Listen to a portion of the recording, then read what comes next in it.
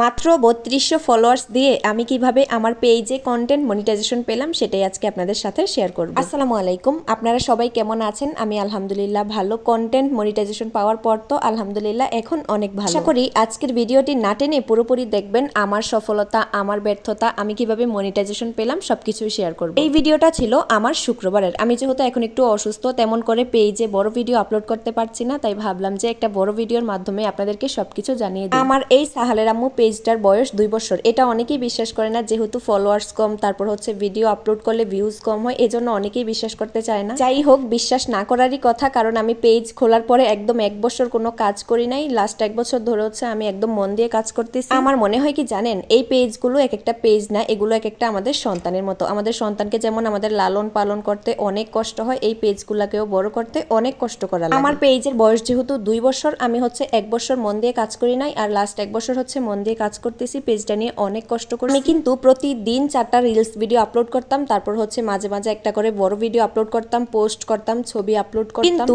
আমার সমস্যাটা ছিল এক জায়গায়, আমি টাইম মেনটেন করতে পারতাম না। যেমন আজকে সকালে 10টা বাজে ভিডিও আপলোড করলে আবার কালকে সকাল 11টা বাজে ভিডিও আপলোড করতাম, মানে এইরকম ভাবে টাইম একদমই মেনটেন করতে পারতাম। আমার যেহেতু ছেলেটা এখন অনেক ছোট, মাঝে মধ্যে দেখা যায় যে ওর কাছে মোবাইলটা থাকে, আমার ভিডিও আপলোড করার সময় হয়ে গিয়েছে, তারপর আমি রান্নাবান্নার কাজে বিজি থাকি।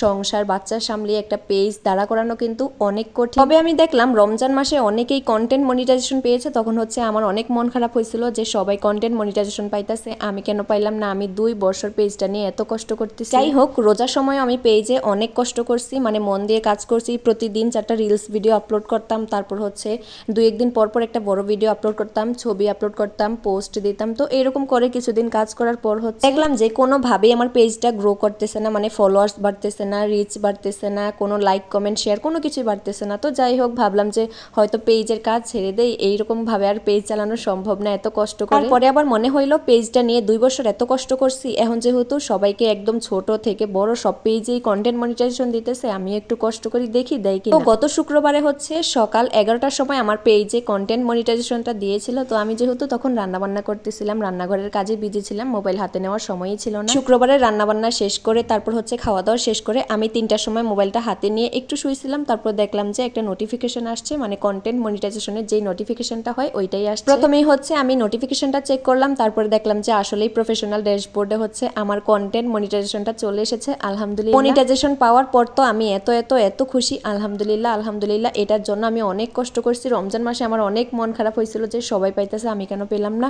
তো যাই হোক, আমি মনিটাইজেশন পেয়েছি, সেট আপ করছি আলহামদুলিল্লাহ। এখনো কোনো আমার ফেসবুক থেকে কোনো আর্নিং হয় না। আপনারা সবাই আমার জন্য অনেক অনেক দোয়া করবেন, আর আমার ভিডিওতে বেশি বেশি করে লাইক কমেন্ট শেয়ার করবেন, তাহলে আমার আর্নিংটা হয়ে যাবে। তো আজকের ভিডিওটা এই পর্যন্তই। সবাই ভালো থাকবেন, সুস্থ থাকবেন। আল্লাহ হাফেজ।